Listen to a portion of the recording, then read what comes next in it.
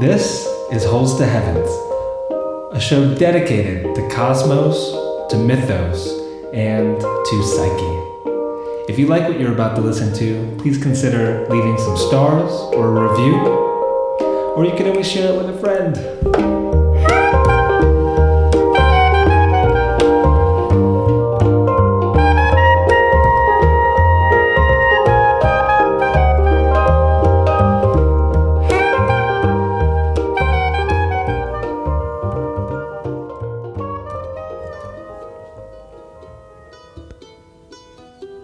Welcome to another podcast, this one, the Eclipse Finale of 2020. I'm recording it on the 16th of November 2020. The moon is in Sag, so I suppose it's a lunar month away from the total solar eclipse in December. And I am recording this as well in the third day of living in a thick cloud here in Madeira, Portugal. It's been interesting. And my purpose with this podcast is to, of course, explore the final two eclipses of the year, but also share a bit about Saros cycles, which is an incredibly complicated way of studying eclipses, but definitely a worthy pursuit. And so these last dragons of 2020, this year, what a perfect storm. And I don't think there's any singular event or transit that we can point at or blame. Suffice to say, let's just think of it that it began with a single flap of a dragonfly's wing somewhere undisclosed. Though, I think most of us would agree that the heavy ritual at the beginning of the year with Pluto, Saturn, Jupiter, Mars, Athena, my goodness, the nodes of the moon, set the intention pretty clearly from Capricorn coordinates. There was also the Venus and Mars retrogrades, now in our past, tangling the plot, feeding into conspiracies, and our uninitiated parts. There was all the Mercury retrogrades in water, reflecting clearly and also not so clearly how mature we are in navigating our emotive seas. And now, the final two eclipses of the six, just around the bend. We have officially entered the third eclipse season of this year. And so what qualifies an eclipse season is when the sun is close enough to the nodes of the moon to be eclipsed, around 18.75 degrees essentially from them. And so the season's like 37 and a half days. Some say just 36. That's a good number. The quality of these times is a liminal one. So even if you're listening to this in the future, you might be in eclipse season if that distance is true of the sun to the nodes. So the feeling is strangely familiar territory, like an ephemeral dream, with surprising themes lurking around corners and also hiding in plain sight, waiting to leap into our stories. It's not a bad thing, but it can be alarming, because when the dragon wakes, we never know what to expect. In most cultures, eclipses are caused by some mythic beast. Like in the Pacific Northwest, for many tribes, it was a great bear. For Tibetans, a flying dog. The Vikings saw wolves devouring the sun and the moon. And in India, it's Rahu and Ketu, the immortal dragon who cannot let go of his revenge, aimed at Surya and Chandra, or the sun and the moon, for blowing his cover, getting his head chopped off at that cosmic tea party an eon ago. And so, when either comes close to the luminaries, eclipses are imminent. And on the 30th of November, Rahu is going to get a partial bite out of the moon in Gemini, which will be visible throughout Eurasia and the Americas at 8 degrees of Gemini. And then, on December 14th, it's Ketu, the tail of the great dragon, that will totally eclipse the sun. And that one will be visible in the southern tip of South America and a little bit of Africa as well. 23 degrees of Sag. Now, Even if eclipses fail to darken your skies at home, it does not mean you are exempt from these themes. We're all in it together. One world, one mind, one soul, anima mundi, eclipsed. So another thing we're going to explore in this podcast, like I mentioned, is the Saros cycles. And we'll get more into that in the third part of this podcast. And maybe grab a notepad, because I will probably confuse you once we start talking about the Saros cycles. But they are fascinating, trust me. Boiled down to its very essence, having passed through all of these alchemical processes, eclipses, to me, relate to chaos. Chaos and change. Nature itself. They are a reminder that dragons are real and that there is a God. And how could there not be when you see the perfection of all these distances and the impeccable timing of them? And as Ursula Le Guin once commented, people who deny the existence of dragons are often eaten by them from within. And so I say, may we stand strong with the sun, even stronger with the moon, and change with these eclipses. And if at any point during this podcast, because you're enjoying the topic, you want to, say, share some love and get a free class. There's an eclipse classes. There's the Jupiter-Saturn Great Conjunction class I'm about to do. You get access to any one class if you leave some stars or a review on iTunes or the podcast app. And all you have to do is take a screenshot of that review, send it to me, and I'll link you with any class of your choosing. Also, if you really want to be a part of the creation of this show, go to patreon.com/Adam Summer, and it's the best way of supporting this podcast, also my writings, and also I would say the cheapest way of learning astrology as well. Again, we're going to do a class on the Great Conjunction at the end of the month, and so if you're interested about what that has in store for you, it's going to be a very hands-on approach, I think, to the way that I'm going to present that information with some really great chart examples. You can be a part of that too by becoming a patron and getting access to all my patron-only shows and maybe even winning a free reading with me. It's also a way to get access to all the apprenticeship recordings. And so, let's dive into it.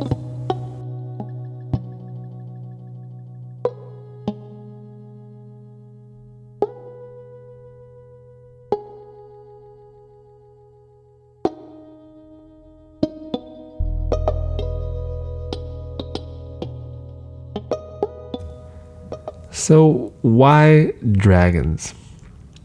Well, as Tolkien would say, it's simply not an adventure without them.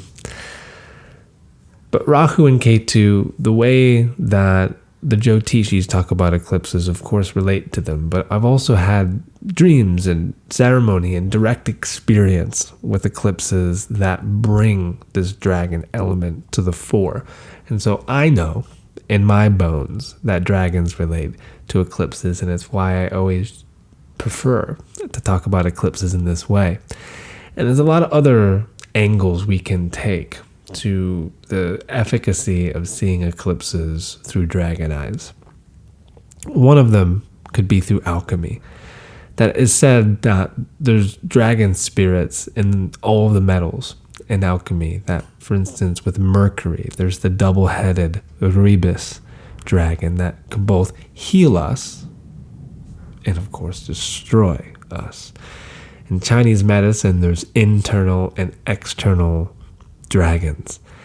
And back to the Rebus for a moment, that this idea is found within our duality, right? That it's kind of the purpose of the great work or the magnum opus, that once we've moved through all of the stages of putrefaction, purification, separating opposing qualities, that we stumble into this concept of the divine hermaphrodite, and there's a reconciliation of spirit and matter, of being both male and female that there's a conjunction, a profound eclipse even, between the sun and the moon within, or the red king and the white queen. And my goodness, do we need some sort of a unified moment, an alchemical union in this moment of time.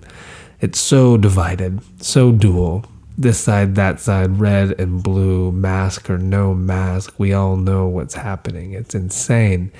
And we need an alchemical moment. We need to identify the dragon or dragons within and get to work around this. And eclipses are incredibly helpful in that process.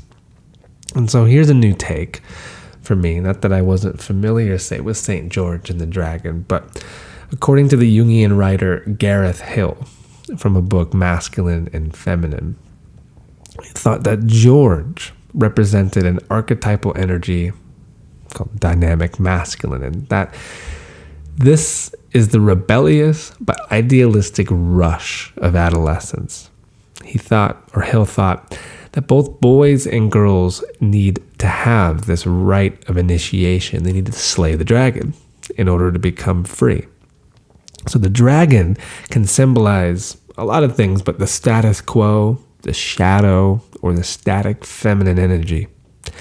The adolescent fears getting trapped. So the dynamic masculine needs to move out into the world and deal with it.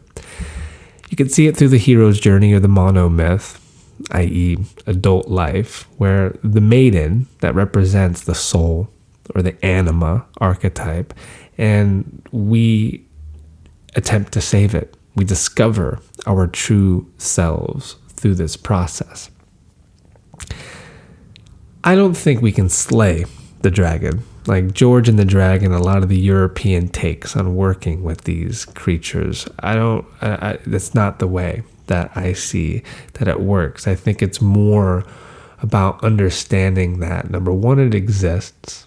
So we're not being devoured from within, like Ursula Le Guin says about it. And learning about what the dragon actually needs, what it likes to eat. And when it comes to the astrology of it with Rahu and Ketu, it has so much to do with our storytelling. How we tell the stories of the past, how we tell the stories of our future, what narratives are we subscribing to, right? And so when the dragons come close to the luminaries, and you can see the moon as soul as well, something that is descending, that is feeling, that is emoting, and then the sun is spirit, something that is rising, like the essence of the stars. Ficino talks about spirit as the stars as well. There's an eclipse moment where there's a portal, a dragon hole, a darkness that emerges, and in this we have the capacity to witness the story change. We don't have much control, in my opinion, of how eclipses play out, but we can definitely make moves in them. We can respond wisely to them. And so, like I said at the beginning of the show, we're in eclipse season. So this eclipse season is 37 and a half days, because that's the time that an eclipse can happen. And it's in this time frame where that liminality exists, where there's not necessarily a shadowy quality, but there's definitely a quality around time, and a lot of the themes wherever the nodes are transiting in the chart. So Gemini and Sag, finding that out for yourself is where the question is placed. It's like, how am I, in a Sagittarian sense, because Ketu, the South node's in Sag, how am I working out the old stories? How am I telling those stories? Where are they coming from in me? And the big old eclipse that's going to happen on December 14th is going to assist us in lightening the load or learning how to tell that story better. And then the eclipse on the 30th of November, the little partial Gemini one, is a Rahu eclipse. And those launch us forward as far as, well, what's that story? Like, what are we after? What's the pace of it? And ultimately, the dance of dragons. There's a lot of ego involved with the nodes in the sense that they are nodes of the moon. And so we identify with parts of the story, and that too, I think, gets eclipsed during these dragon holes. Now, the difference I just want to make clear between an eclipse season and a dragon hole is that the season is the space around eclipses where potentially they can happen. Whereas a dragon hole, or also called the eclipse window, is the space between. And qualitatively speaking, that space between is the most intense of eclipse season because you're literally between two eclipses. And so that is something to be aware of as well. It's just the language and the quality of the experience as well. So let's talk about these eclipses in more depth.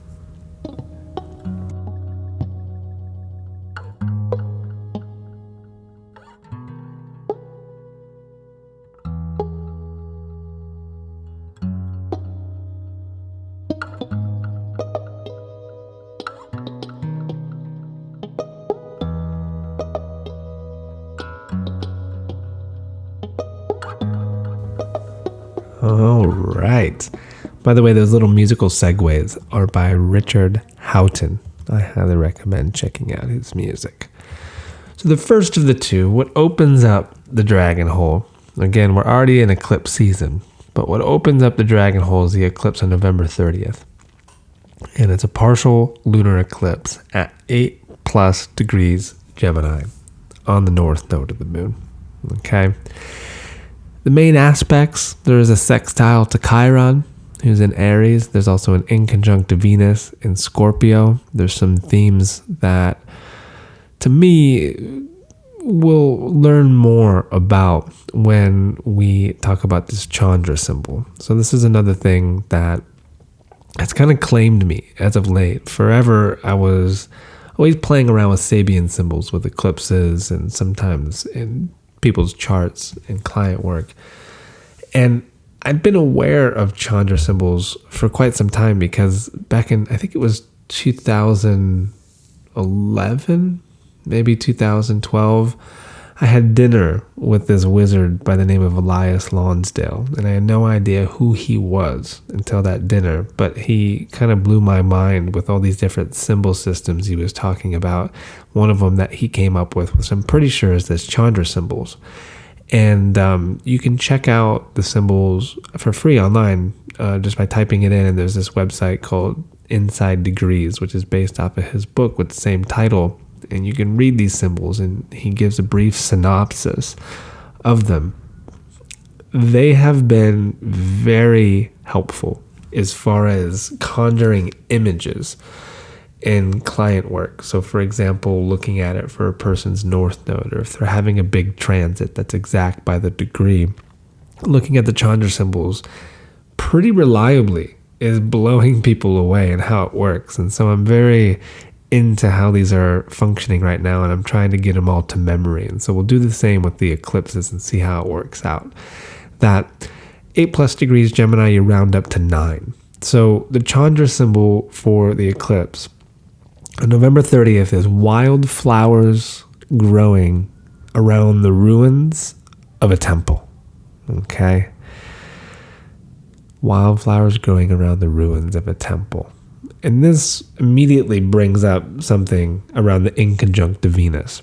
You've heard me maybe talk about it before in the Eros and Psyche story, where the whole story begins with the ruins of the Venus temple, where there's a bunch of animals scat all over the walls, the fires are out, her statue has been destroyed, and there's a new Venus in town that everyone's talking about, and that's this young mortal girl, Psyche. And of course, Venus is pissed around this, and that begins the story. And one of the main ways that the Eros and Psyche story speaks to me and educates me in a really important way in life is that everyone we've ever loved, everything that we've ever valued, everything we're connected to, that we confuse for the divine feminine, all are just drops of water in the vastness of her ocean. Now, wildflowers growing around the ruins of the temple shows that life still exists, even though the ruins are there. And that's kind of how Elias talks about it, that it's catching a second wind, taking a booster rocket from one cycle to another, one lifetime to another, one whole stage in evolution to another. And to me, that's very Rahu. This eclipse is happening on the north node of the moon. And I do think there's a qualitative difference between eclipses when they happen on the south or the north. I mean, it's how the serocycles are developed, which we'll talk about. But also, Rahu eclipses launch us forward in a story, our story. Ketu eclipses drop us back, and it's a letting go of a narrative. It's subtle, it's quite nuanced, but it seems to be the way that it works. And so he says that destiny bearer, universal in spirit, and in the right place at the right time for remarkable synchronicities and huge turnarounds. It's kind of like youthful folly, I think, that this here eclipse relates to. And the inconjunct of Venus is an adjustment around our priorities and what we're connected to. So of course it applies to any relationship that we're in, but also what we're spending our time and our energy on. Of course, our money as well. And there is support with this eclipse, with the sextile to Chiron, that there's wild wisdom that is present, that even in the form of mentor or teacher, there is something present to show us how to navigate this second wind, how to connect with the old and wild gods as well. There's a theme that I'm picking up on with this eclipse on the 30th. And so when you jump ahead and look at the big eclipse on December 14th, the one at 23 plus degrees of Sag, just a few degrees away from the south node of the moon, this is a total solar eclipse. And when you round up to 24 Sag, the degree, the Chandra symbol for this one is a statue of Isis covered by a transparent veil.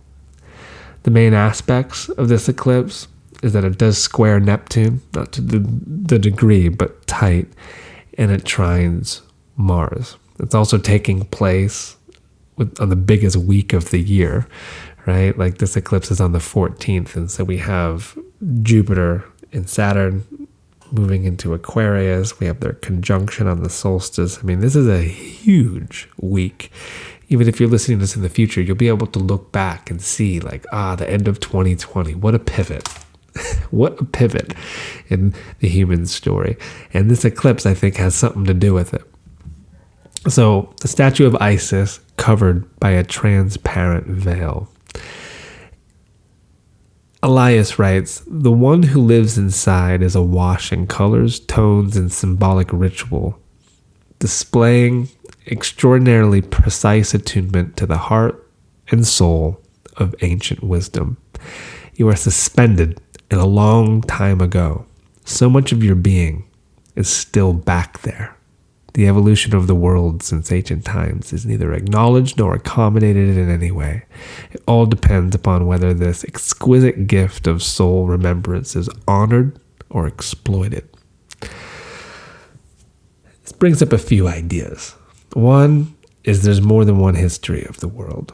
Two is the past life elements of working with the nodes of the moon. Recently, this was actually one of the only Mars retrograde things that I experienced through my work this time around, thank God. And it wasn't even through my podcast. It was through Chris Brennan's podcast. And there was this woman who had listened to Chris and I's show that we did back in 2017 about the nodes of the moon. If you haven't listened to it, you can listen to it on his show, the Astrology Podcast. And this woman created a whole thread, and it was about two things she was very irate about. One, that I was claiming to be the reincarnation of Galileo. And the second was why I don't use past life narratives in my work with astrology. Now, if you've heard me talk about the nodes before, you understand the latter, that I don't think creating past life stories in readings is helpful. It's just another story to hold on to. Though if someone comes to me, they just did holotropic breath work, or they have a crazy regression that they experience, and they have a past life story that they want to contextualize in the reading, in their chart, I'm totally game for that. But it's the way that the evolutionary astrologers kind of paint these fictions around it. And I was very influenced by the evolutionary astrologers in the beginning of my career. And my experience doing that with clients was not what I was looking for in this work, because it was the only thing people would remember from readings. And it was just a really strange and foggy process, because people were just holding on to these narratives that essentially I was creating with my imagination for them. And I just didn't feel that that was very helpful. And so to understand past lives, look no further than the present moment, as Thich Nhat Hanh would say. And I'm open to past life themes. I've had regressions myself, and I've experienced very bizarre things with this concept. But as far as working with them in a therapeutic way, that's why I don't do it. This woman was not hearing me around that. And the other was with Galileo. I mean, Chris and I were joking about listeners of our show saying who were the reincarnations of, right? Like, I've had someone say that to me. They thought that I was the reincarnation of Galileo. To him, Vedius Valens. So very clear that some people don't listen.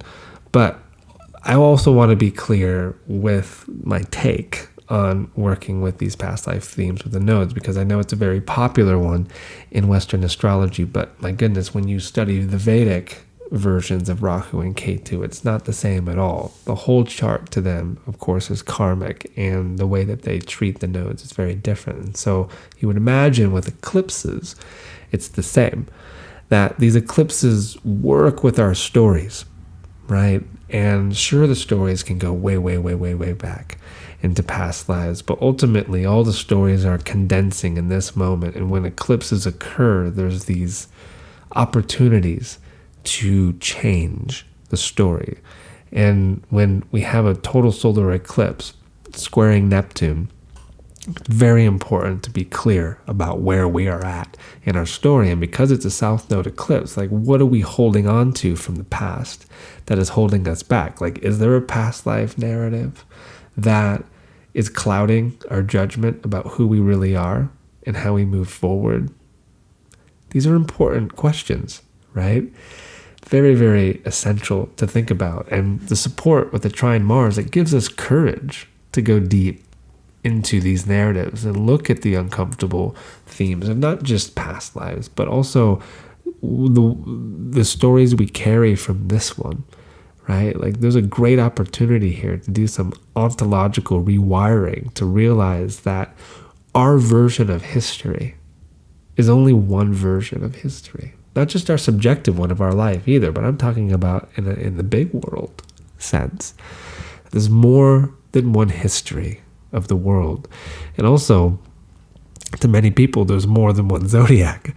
So this eclipse at 24 Sag, it also falls into the 13th sign that I know so many people are fond of, Ophiuchus. So the Ophiuchus is this overlap between Scorpio and Sag, depending if you're using tropical or sidereal. And so December 1st, December 18th, I think, is roughly the days that you would be at Ophiuchus. So it's like 7 to 27 degrees of Sagittarius, and it ends right around the galactic center. This eclipse happens on Ophiuchus, and Ophiuchus is also Asclepius. Asclepius is the topic we have been so interested in with Edward Tick and the Asclepian dream journeys we've been on in Peru and back in Colorado, doing that healing dream work, etc. And so there's something going on with that as well. I mean, this is a really fascinating area of the sky, late Sag. And what can we learn from that? It's like, my suggestion is to pay attention, right? Like, what is the dreams around the eclipse? What is your experience? What information and stories are coming through? Maybe even becoming more familiar with Asclepius' story and how he's the son of Apollo, and his mother, Coronis, was killed by Artemis, and because of the guilt that Apollo felt when she was being burned on the pyre, he pulls little baby Asclepius out of her fiery womb and then whisks him off to Chiron's cave so Chiron can raise Asclepius and teach him everything. These stories teach us a lot as well, and there's one association that I've been seeing going around the internet around this very given story with the coronavirus, because Asclepius' mother being Coronis, there's the etymological similarity, but also, of course, healing, right? Asclepius, Ophiuchus, Chiron, healing. There's something in this for all of us. And so the invitation, in a way, is a deep one around going deep into the dreams and trying to understand, like, really what this is for us, right? Like, where is it all showing up for us? Now, again, where are they visible? So the eclipse on the 30th is visible in a large stretch of the world, much of Europe, Asia, Australia, North America, South America, the Pacific and Atlantic. It is all over the place. And so we'll be able to see it. I think even here in Madeira, like, we're going to get a glimpse of it at sunset, if my memory serves. Yeah. But then the big one, which I know there was a big symbiosis gathering planned for there. I don't think it's happening anymore because of COVID. But that one is down in Chile, in Argentina, Patagonia area, and a bit of Southwest Africa as well, is where this eclipse will be visible. And so if you're in these areas, amazing. And also remember that if you're gawking at an eclipse, you must, of course, have your glasses on, but be very careful with eclipses. No astrological magic, no deep ritual or intention setting. Just do your practice. As the Indians say, like, your sadhana becomes 10,000 times more powerful when you do it during an eclipse. And I'm not like one of those folks that's going to tell you to not look at an eclipse because a demon will get in you. But caution, for sure. Like, that is my advice. Be very careful, be very aware, understand your ground state. That is my advice with eclipses. My final words around it, I would say, it's a Gemini and Sag moment. Like, these are the eclipses for the next year too. I think there's going to be one Taurus eclipse that's going to fit itself in there. But again, there's more than one history of the world, so it's learn from our past. Use our imagination. Reconstruct sacred sites in our mind. Visit them often if we can. And use those memories and imagination. Like, if we're building in there, there's something called the memory palace that I've been learning a lot about, that Giordano Bruno employed way back when in the Renaissance. And Francis Yates has an interesting book on this called The Art of Memory.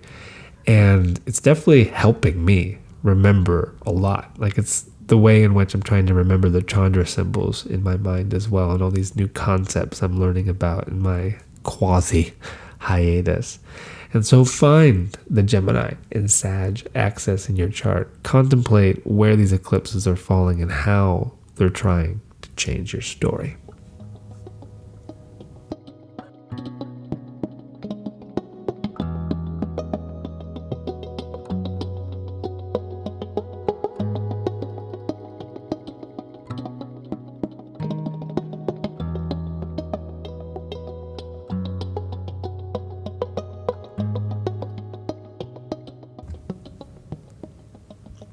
So there is a slow and relentless rhythm known as the Saros cycle, hidden away in the movements of the sun and moon. How does it foretell eclipses? And how could Babylonians discover its existence long before modern science and technology?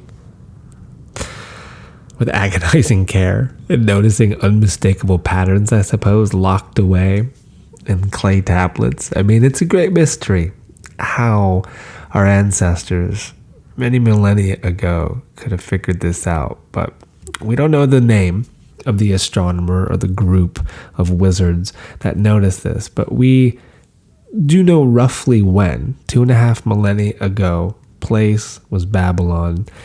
And there was a recognition that these eclipses kind of repeated every 6,585 days. How they noticed that, right? Because there's records of all of the lunar eclipse that had ever happened. And they somehow, some way, started seeing that there was a rhythm to how eclipses work. That every 6,585 days, there was a repetition and a way that they would leap 11 degrees in different parts of the world. Still, with what we know about this, it still blows your mind. I mean, in a way, you might as well just insert aliens to the picture, because like maybe the aliens are who taught us how this stuff worked. Who knows? But anyways, I want to confuse you a little bit, maybe hopefully blow your mind a little bit as well around this, because these eclipses, right, this in the Saros series, they always begin close to the north of the South Pole, and that will be the first of the series. And so every 6,585 days, the same in the series or the family will repeat, heading towards the other pole, leaping 11 degrees into a different point of the planet, kind of resembling a shadowy serpent moving around the globe like an Orphic egg, or the serpent on an Orphic egg. So the only book that I personally have read on this, and I know there's probably others, but the one that most of my colleagues reference when it comes to the Saros cycles is Bernadette Brady's The Eagle and the Lark on predictive astrology. So in that book, in the back of it, she talks about the Saros series, and also she labels them a bit differently than NASA does. NASA does it like the eclipse on the 14th of December is Saros 142.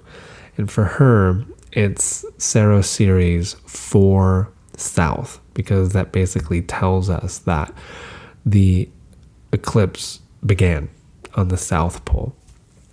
And so they're all numbered when you look at them, and very quickly you can just do a search in Wikipedia, NASA, or there's some PDFs also that you can find on Bernadette's site, I think, around this. But they're labeled 1 through 19, and this number 19 is significant. If you take an eclipse year, so that's sun to node, it's 346 days, 0.62. And you multiply that by 19, you get 6,585 days, which is the space between each eclipse in a Saros cycle. So the synodic cycle of sun and moon is 29.5 days. We know that because new moon to new moon. So that is, there are 29.5 days between sun and moon conjunction, and after 200, I know I'm confusing you, 223 synodic months, this cycle also reaches that number of days. So 223 synodic months of 29.5 days equals 6,585. Okay? So basically showing how these numbers are very significant, because literally like clockwork, the lunations and the eclipses are playing themselves out. And you're trying to tell me that there's not a divine mind behind all of this? Like the distances from sun to earth to moon, their orbit, how it's all so perfect. And so an entire family within the Saros lasts for over 1,000 years. Okay? The one that we are in, which is called Saros 4, it began in 1624, all right? And again, it was a South Pole eclipse. Now, what Brady suggests in working with these eclipses is that you study the chart for the eclipse. And it's in that chart that reveals the nature of all of the eclipses of the family for over 1,000 years. And so this particular series, 142 according to NASA, or 4 South according to Brady, began March 19th, 1624, with a very weak solar eclipse in the last degree of the zodiac. That's 29 Pisces. And it will end May 15th, 2868. Okay, so we're somewhere in the beginning, right? And as the eclipses get towards the middle of the whole series, they all become total, like the one we are experiencing. It's a total eclipse that's going to happen on the south node in the south of South America. And the next one in 18 plus years is going to be in, I think, Africa or Australia, or the last one was Africa. And they just hop around. And so again, she suggests look at the chart. So I have the chart in front of me. I casted this eclipse chart for March 19th, 1624. And a few things pop out that I would qualify as fascinating. One, of course, is the anaretic degree. We'll talk about the Chandra symbol for that too, and see how it relates to the spirit that moves through this Saros cycle.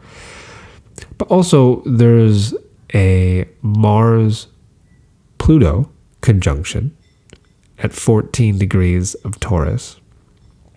This to me is interesting because the year started with the conjunction like that. Mars at the moment is squaring Pluto, but also Saturn is squaring Mars. That too is in the sky right now. Jupiter in this chart is conjunct Saturn. So the great conjunction is in this chart, like we're about to experience in December. So you have the great conjunction. This one's in Leo, not in an air sign. And also this dynamic with Pluto and Mars. Now, this is quite the signature, because whenever you have a meetup between Mars and Pluto, you're always dealing with power. You're dealing with darkness of some kind, but it's the management of power. And square the great conjunction, throw in Uranus in the middle of it, is you have a major story arc that is shifting around that. Now, when you look back to that time, I'm no historian and I'm not an expert at mundane astrology either, but like when you look back to the early 17th century, like this is a time for myself I've been in for the last couple months, because I had read Elixir in the Stone, which is the history of Hermeticism. And the one time period that really kind of spoke to me out of reading that entire book was the Renaissance. Marsilio Ficino, Bruno, all these characters around that time, there was some sort of soul that they carried that I became interested in. And then very quickly afterwards, like around the time the Mercury cycle began, a lot of content started coming my way about the both of them. So there's this wonderful book by Thomas More called The Planets Within. And so it's a psychological approach on the astrological psychology, really, of Ficino. And I mean, Ficino was 100 years before this eclipse, but the Renaissance lasted. Like this was kind of the puttering out of the Renaissance in the early 17th century. And there was also the Reformation that was taking place.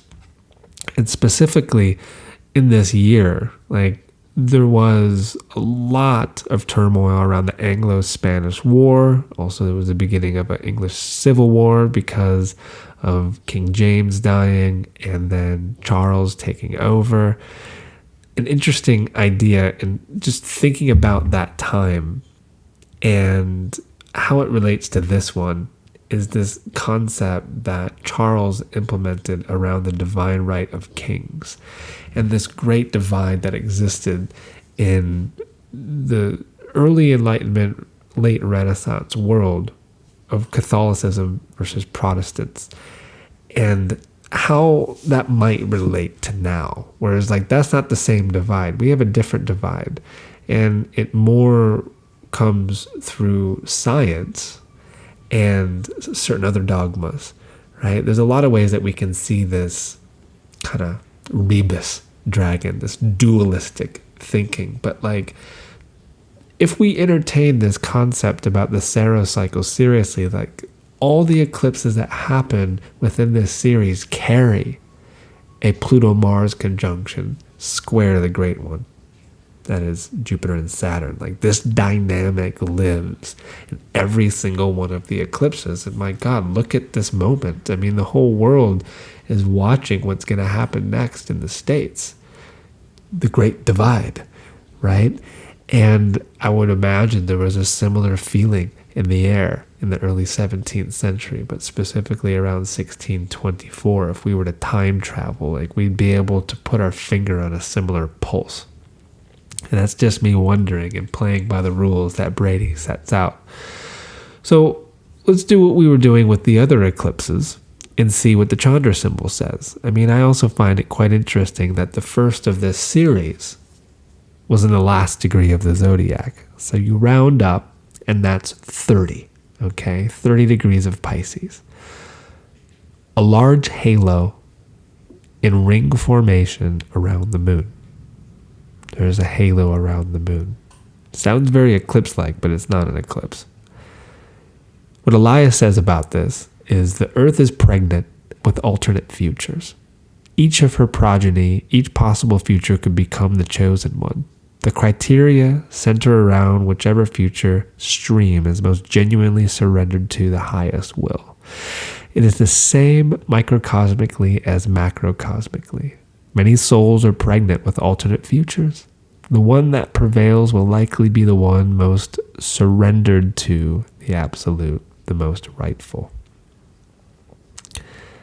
Not only is there more than one history of the world, but also there's all these possible futures in this moment. That was the vibe in 1624 when the Saros series began, and it will be the vibe every 6,585 days when these eclipses repeat themselves. The last was in 2002. The one before that was 84. The one before that was 66, 48, 30, 19, 12. If you're into doing this kind of astrological research, I highly recommend looking at all those eclipses, doing a little bit of existential detective work. And if you find anything interesting, please share it with us. Share it with me, because I hardly have the time to go deep like that, though I would love to at some iteration of my journey. But just to see it, and Brady's book is helpful. Again, Predictive Astrology, Eagle and the Lark. The NASA website is helpful too. And just casting these charts and studying them and being like, what is the similarity between these? And in the images that I find so helpful too. Whether it's Sabian symbols or Chandra symbols, they all work beautifully. So, we will see, I suppose. We will see. Actually, the one in 2002, that was on December 4th, that was the Africa eclipse. The next one is going to be December 26th, 2038. That one's over Australia. Just wanted to get that right. I see it here in my notes. I hope you're confused. Because the thing is, I am in a way too. Like, when it comes to the Saros cycle, like, I'm really intrigued. I am constantly in awe of how our ancestors in Babylon figured this out. I hardly understand it. Yet, like, there's these techniques that every time the eclipses come around, like, I try to grok more. I try to really get it into my imagination better. But the truth is, it's a massive concept. And especially to squeeze out any information astrologically of the relevance of a Saros series and how it jumps around every 6,585 days. It's a big subject. It's much easier just to say, it's a Gemini eclipse. It means it's going to eclipse your ideas. A new idea is coming in. Or a Sag eclipse, like, a new adventure. Much easier. I could probably have done this podcast in 10 minutes if I would have worked it like that. But we needed to complicate things because hopefully, this is my prayer, that it excited some of you and has acted as a little bit of a dragon seed or a dragon egg in your mind, and it takes you places. I hope that you learn from it. I mean, eclipses have taught us a lot of things. Eclipses taught us about helium. Eclipses taught us about general relativity way back in 1919. Eclipses have taught me much about the nature of the nodes of the moon and how dragons are real. So to be continued. Send me some interesting links if you find any. I hope that you have some cosmonosis moments, and we will talk more about the Gemini Sag dragons, I promise, in 2021. So to condense it all into a simpler form, what to expect? Change. And a touch of chaos. History doesn't repeat, but it does rhyme. And it has an uncanny rhythm, like we just discovered with the Saros cycles, right? So I hope you enjoyed that. If you did, please leave some stars or a review. And if you do, take a screenshot, send it to me. I'll link you with the Great Conjunction class we're about to do, or any of the eclipse or nodal classes that I've done in the past. So you can do that in your podcast app on iTunes. Unfortunately, Spotify is lagging behind. And so if you do listen on your podcast app, you can do it there. And if you want to be a part of the blooming community, learn astrology, support my writing and the podcast just for $1, you can do so on Patreon at patreon.com/AdamSummer. And at different pledge levels, we'll give you more access to material like the parlors and the classes and the apprenticeship recordings. So if you want to get serious about your learning of astrology, is probably the cheapest and easiest way of doing that and being a part of a group while you are learning. So patreon.com/AdamSummer. This podcast is also brought to you by SolarFire, an amazing tool for studying eclipses. The Saros information is in there. You can cast eclipses throughout your life, but definitely throughout time, and get all those charts, make folders, send them to yourself, annotate them, give notes. There's a bunch of things you can do in that SolarFire. So go to alabe.com. If you want to purchase SolarFire, use promo code SOMA to get 15% off of the program. I'm going to leave you with a song that is so perfectly titled to the Saros of the beginning of this one, of 142 of 4 South, by Elephant Revival, called Ring Around the Moon. And they're a wonderful group that I don't think they're together anymore, from outside of Boulder, up in Ned, but definitely tribe, definitely amazing musicians. Check them out, support them if they come to your town, get their albums. And if the sky could dream, I do think that it would dream in dragons. Thank you again for listening to the podcast. Sorry I wasn't able to share the song. YouTube is a bit more strict than the podcast apps. So if you'd like to listen to the whole show, go over to Spotify, the podcast app, SoundCloud, or really wherever podcasts are found. This is Tree Theater. Ciao.